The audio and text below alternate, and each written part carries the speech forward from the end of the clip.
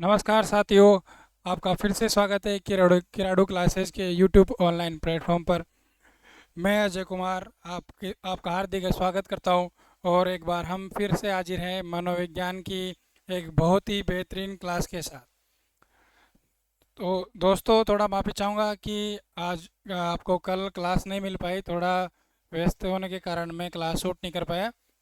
लेकिन आप आश्वस्त हो सकते हैं कि अब आपको रेगुलर क्लास मिलेगी। ठीक है। तो ठीक है दोस्तों, अपन ने लास्ट की क्लासों में मनोविज्ञान मनोविज्ञान के संप्रदाय, मनोविज्ञान के जो विभिन्न प्रकार के आयाम हैं, विभिन्न प्रकार की परिभाषाएं देखी उनकी।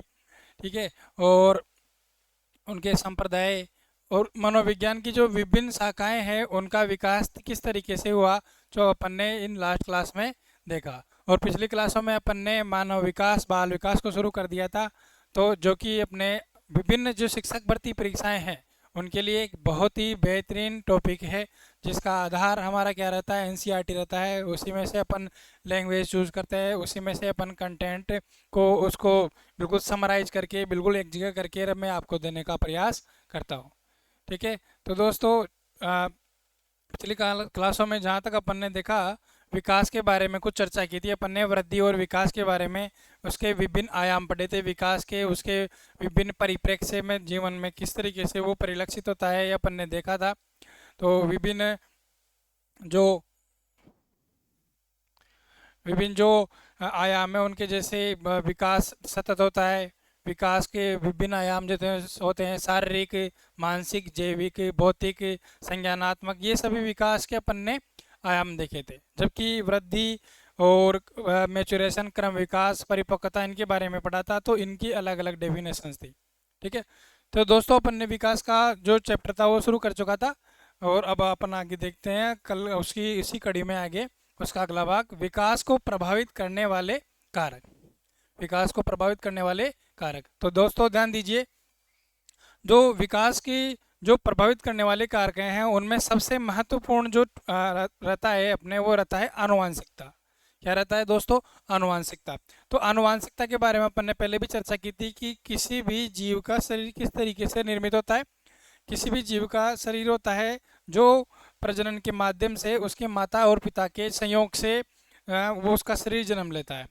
तो दोस्तों, हमने इस बारे में पहले भी चर्चा की थी कि जो अगर आनुवांशिकता माता पिता से प्राप्त हो रही है तो उसके जो गुण हैं उसके अंदर, बालक के अंदर आएंगे ही आएंगे। आ रही है समझ में? तो अपन ने पहले भी चर्चा की थी कि जो उसके गुण हैं वो बालक के अंदर आएंगे और वो उसके विकास को प्रभावित करेंगे।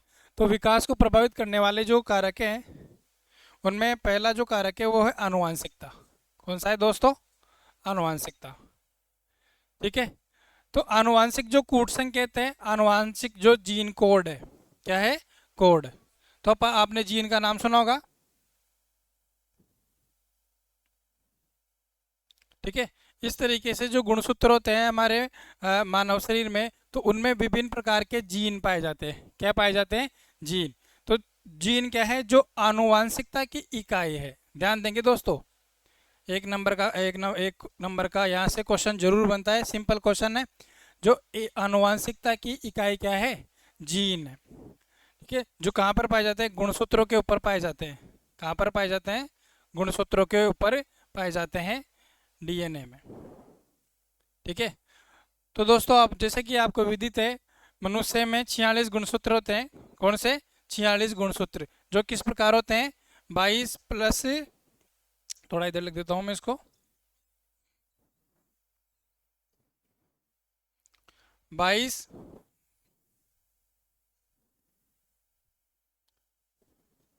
22 प्लस एक्स और 22 प्लस वाई। ठीक है दोस्तों। तो आपको सर्वविदित है, आप इतना थोड़ा बहुत ज्ञान तो रखते हैं, मैं आशा करता हूँ। तो ठीक है, इसके बारे में अपन और भी आगे भी चर्चा कर लेंगे। तो जो गुणसूत्र होते हैं उनमें से जो 22 गुणसूत्र होते हैं किसी भी स्त्री या पुरुष में, वो समान होते हैं, जो उसकी शारीरिक संरचना को निर्धारित करते हैं। किसी भी गर्भस्थ शिशु की शारीरिक संरचना को कितने गुणसूत्र निर्धारित करते हैं? 22 गुणसूत्र।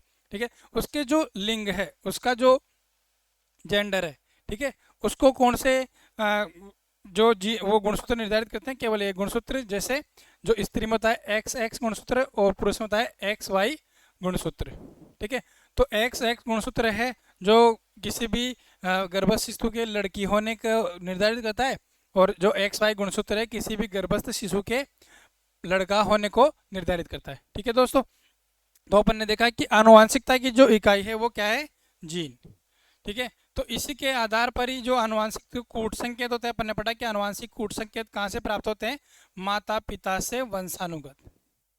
ठीक है, किसी भी जीव का जो निर्माण होता है वो माता पिता के संयोग से ही उत्पन्न होता है, तो उसमें उसके शरीर में उसके माता पिता की गुण तो वैसे आएंगे आएंगे। ठीक है, तो माता पिता से वंशानुगत प्राप्त होते हैं। कौन कौन से देखो विकास को इसमें मानो कौन सी चीज आती है, रंग। ठीक है, जैसे किसी माता पिता का रंग गोरा है तो चांस है कि उनके पुत्र या पुत्री उनकी संतान का रंग भी क्या होगा, गोरा होगा। उनकी आंखों का रंग, जैसे किसी बच्चे की माता का जो आंखों का रंग है, आंखों का रंग मान लो भूरा है, तो संभावना है कि उसके जो पुत्र और पुत्रियां हैं, उसकी संतान है, उनका भी आंखों का रंग क्या होगा, भूरा होगा। लंबाई है दोस्तों, तो लंबे माता पिता की संतान अक्सर से लंबी होती है। इसका उदाहरण आप मुझे ही देख सकते हैं। ठीक है, सॉरी दोस्तों, तो इसका उदाहरण आप मुझे ही देख सकते हैं कि मेरे माता पिता क्या है, इससे लंबाई लंबे हैं, तो मैं खुद भी लंबा हूँ। तो क्यों, क्योंकि वो जो मेरा ये शारीरिक विकास है जिसका एक पक्ष है आनुवांशिकता, क्या जिसमें क्या है, लंबाई, जो मेरे लंबाई लंबाई को निर्धारित कर रही है। दूसरा है, जैसे कोई बच्चा है शांत है, कोई बच्चा है उद्दंड है। ठीक है, तो ये भी उसके जीन्स के कारण होता है। कुछ बच्चे होते हैं जो बहुत ज़्यादा बदमाश होते हैं, और कुछ बच्चे होते हैं जो बिल्कुल शांत बैठे रहते हैं। तो ये उसके माता पिता से जो उसको जीन प्राप्त हुए हैं ना, उनसे निर्धारित होता है। ठीक है, और इसी में आनुवांशिकता में अपने एक होता है बुद्धि, इंटेलिजेंसी, स्मृति, किसी भी चीज़ को याद रखना। तो इन आनुवांशिक जीनों जीनों की भिन्नताओं के कारण ही अपनी बुद्धि, स्मृति, व्यक्तित्व, इनमें क्या पाई जाती है, भिन्नताएं पाई जाती है। ठीक है दोस्तों, तो आनुवांशिकता की इकाई क्या है, जीन है, जो मनुष्य के अनेक व्यवहारों का क्या करती है, निर्धारण करती है। आशा है मुझे कि आप ये जो विकास को प्रभावित करने वाले कारक में जो मैंने आनुवंशिकता पढ़ाई उसको आपने ठीक से समझा होगा। आगे देखते हैं अपन इसी कड़ी में। जो आनुवंशिक प्रारूप है वो दो प्रकार से अपने को परिलक्षित होते हैं। ठीक है दोस्तों, कौन सा, एक तो है जीन प्रारूप, कौन सा, जीन प्रारूप, और दूसरा है दृश्य प्रारूप। तो आप इसकी इंग्लिश टर्मिनोलॉजी को भी जरूर ध्यान रखेंगे, क्योंकि जो एग्जामिनर है वो कभी कभी देवनागरी लिपि में लिख देता है। जैसे मान लो लिख दिया उसने जीनोटाइप, जीनोटाइप, इस तरीके से जीन प्रारूप न लिख के वो क्या लिख देगा, जीनोटाइप। या फिर दृश्य प्रारूप न लिख के क्या लिख देगा, फिनोटाइप, क्या लिख देगा, फिनोटाइप। तो देखो ये क्या होता है, आनुवांशिकता से संबंधित ये दोनों जो अपने ये टर्मिनोलॉजी है। एक तो है जीनोटाइप, ये क्या होता है, वास्तविक आनुवांशिक तत्व होता है ना, जिसे अपन जीवकोश बोलते हैं। क्या बोलते हैं,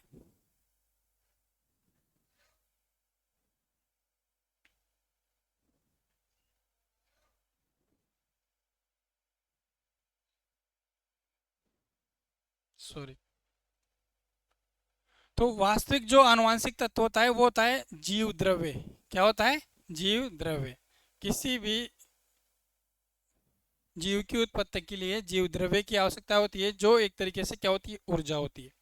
ठीक है दोस्तों, क्या होती है, ऊर्जा होती है, जो क्या करती है, व्यक्ति की आनुवांशिक परंपरा को निर्धारित करती है। व्यक्ति की आनुवांशिक जो परंपरा है, जैसे उसके माता पिता से प्राप्त जो भी गुण है उनको निर्धारित करती है। तो जीन प्रारूप में क्या आता है, वास्तविक आनुवांशिक तत्व। फिर इसी के साथ अपन देखते हैं फिनोटाइप, दृश्य प्रारूप। इसमें क्या होता है, ऐसी आनुवांशिक विशेषताएं जो प्रेक्षणीय हो। प्रेक्षण मतलब जिसका हो आप प्रेक्षण कर सकते हैं, ऑब्जर्वेशन कर सकते हैं, निरीक्षण कर सकते हैं कि हाँ ये चीज़ इस तरीके से हो रही है, ये चीज़ इस तरीके से हो रही है। उसके पक्ष विपक्ष को देख सकते हैं, मतलब आप उसका क्या कर सकते हैं, निरीक्षण कर सकते हैं, आप उसको देख सकते हैं और मापन कर सकते हैं। क्या कर सकते हैं, मापन कर सकते हैं। जैसे मान लो ऊंचाई है, वजन है, ठीक है, त्वचा का रंग है, बुद्धि है, ठीक है, सृजनात्मकता है, व्यक्तित्व है। तो इन सब को अपन किस श्रेणी में रखते हैं, दृश्य प्रारूप। किस श्रेणी में रखते हैं दोस्तों? दृश्य प्रारूप। क्यों? क्योंकि ये सब आपको सामने अपन देख सकते हैं, इनको ये अपने को सामने परिलक्षित होते हैं। तो अपन आप ध्यान रखेंगे, इसमें उदाहरण ध्यान रखेंगे फिनोटाइप के कौन कौन से जो इसके शारीरिक लक्षण हैं वो आ जाएंगे, जो प्रेक्षणीय और मापन योग्य होते हैं, और ये सब उदाहरण इसके किसके हो जाएंगे? फिनोटाइप के। ठीक है दोस्तों, अब देखिए बहुत ही एक ऐसी लाइन है, वहाँ से क्वेश्चन हमेशा बनता है। देखिए सी टेट में तो डेफिनेटली वहाँ से बनता ही बनता है, क्योंकि जो सी टेट है ना, वहाँ पर जो क्वेश्चन होते हैं बिल्कुल अप्लाइड क्वेश्चन होते हैं, प्रैक्टिकल क्वेश्चन होते हैं, जो अपने मस्तिष्क की विश्लेषण क्षमता को जांचते हैं। तो उसमें क्या करता है, वो ऑप्शंस में देता है कि आनुवांशिकता के बारे में निम्न में से कौन से कथन सत्य हैं, कौन से कथन असत्य हैं। तो देखिए ध्यान दीजिए, जो आनुवांशिकता है ना, वो क्या करती है? विकास का पूर्व प्रवर्त करती है। देखो टर्मिनोलॉजी बिल्कुल ऑथेंटिक और स्टैंडर्ड ही रहेगी, लेकिन मैं आपको इसको मतलब जरूर बताऊंगा, क्योंकि परीक्षा में तो यही लिखा आएगा, पूर्व पूर्व प्रवर्त। तो आनुवांशिकता है ना, वो विकास को पूर्व प्रवर्त करती है। इसका मतलब डिसाइड करती है। क्या करती है? डिसाइड करती है।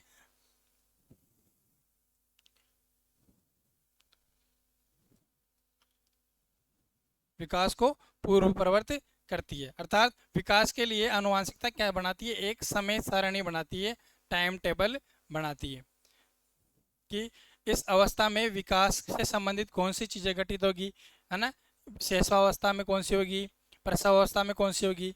ठीक है, तो विकास हेतु आनुवांशिकता क्या प्रदर्शित करती है या क्या प्रदान करती है? ब्लूप्रिंट, मतलब रूपरेखा। क्या प्रदान करती है? रूपरेखा। एक समय सारणी, एक टाइम टेबल फिक्स करती है भाई। जैसे प्रसव अवस्था में कौन सा किस तरीके से विकास होगा, है ना, शेषावस्था में किस तरीके से होगा। इस तरीके से एक तरीके से क्या प्रस्तुत करती है? सारणी प्रस्तुत करती है। ठीक है, और ये चीज आपको ध्यान रखनी है कि जीन होता है ना, जीन, उसका पृथक जो अस्तित्व नहीं होता है। जीन का पृथक अस्तित्व नहीं होता है। वो किस में समाहित होता है? वो डीएनए में समाहित होता है। आई बात समझ में? तो अपन ने पहला जो विकास को प्रभावित करने वाला कारक पढ़ा, कौन सा? आनुवांशिकता। उसके बाद देखते हैं अपन परिवेशीय प्रभाव। परिवेशीय मतलब वातावरण से संबंधित। किससे संबंधित? वातावरण से संबंधित। ध्यान देंगे दोस्तों, जैसा अपन सभी किसान परिवार से संबंध रखते हैं, तो अपने को जैसे अपन किसी भी फसल की बुआई करते हैं, ठीक है, किसी भी फसल की बुआई करते हैं, तो देखो अपने को क्या क्या चाहिए? अच्छी, देखो दो चीज़ें अच्छी तरीके से चाहिए अपने को। एक तो उन्नत किस्म के बीज, उन्नत किस्म के बीज।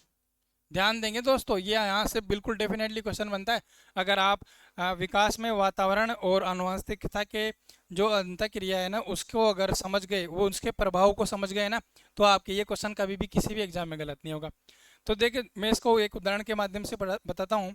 तो अपने को जैसे अच्छी फसल के लिए देखो, एक तो क्या चाहिए अपने को? उन्नत किस्म के बीज, प्लस जो अच्छी तरीके से अपनी है ना धरती, मतलब जमीन है, वो उपजाऊ होनी चाहिए। ठीक है, उपजाऊ होनी चाहिए।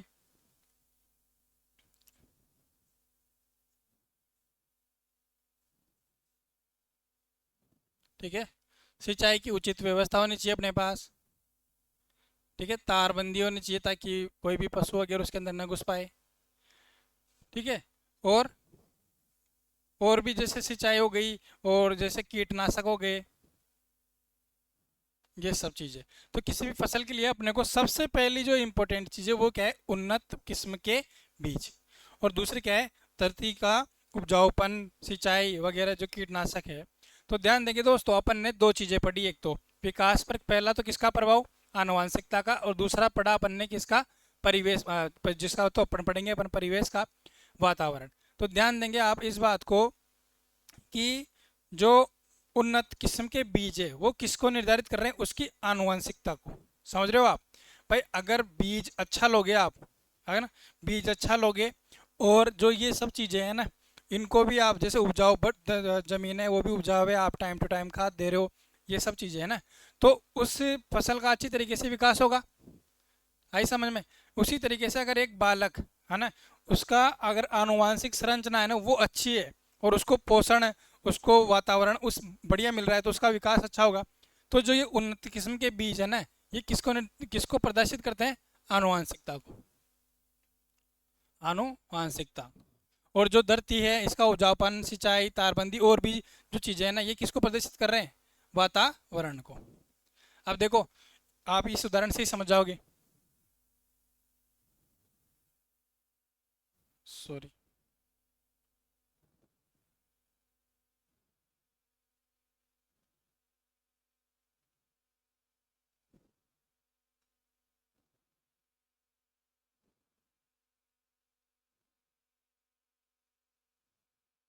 ठीक है दोस्तों, सॉरी, माफ़ी चाहूँगा, थोड़ी टेक्निकल मिस्टेक हो गई थी।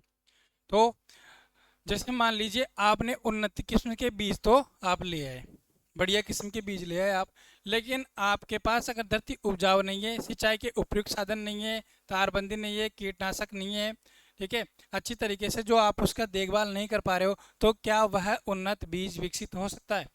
बिल्कुल नहीं। तो उसके लिए उसको उस तरीके का वातावरण भी तो चाहिए। दूसरा उदाहरण देखिए, आपने बिल्कुल घटिया किस्म के बीज ले आए आप, बिल्कुल घटिया किस्म के, और आपकी धरती बहुत उपजाऊ है, आप उसको सिंचाई भी अच्छी तरीके से कर रहे हो टाइम टू टाइम, और जैविक खाद डाल रहे हो अच्छी तरीके से, बढ़िया उसकी देखभाल भी कर रहे हो टाइम टू टाइम, निराई गुड़ाई सब कर रहे हो, तो क्या वो फसल विकसित हो पाएगी? बिल्कुल ही नहीं हो पाएगी, क्योंकि उसका बीज ही क्या है? घटिया है। बीज ही क्या है उसका? घटिया है। ठीक है, तो उस तरीके से अपने को जो आनुवांशिकता है ना, वो एक तरीके से जो बीज है वो किसको निर्धारित कर रहा है? आनुवांशिकता को। इसका मतलब दोनों का बराबर बराबर योगदान होता है। ठीक है, बीज अच्छी तरीके से है तब भी उसका विकास होना होगा, और जब धरती उपजाऊ है, उसका वातावरण अच्छा है, तभी उसका फसल का विकास होगा। इनमें से अगर एक भी चीज़ अगर ढंग की नहीं है तो उसका विकास संभव नहीं है। आई बात समझ में दोस्तों? इसका मतलब जो आनुवांशिकता है, ठीक है, आनुवांशिकता, तो अपन एक बार जैसे परिवेश से प्रभाव पे पढ़ते हैं, देखो ना, थोड़ा सा इसको उदाहरण के माध्यम से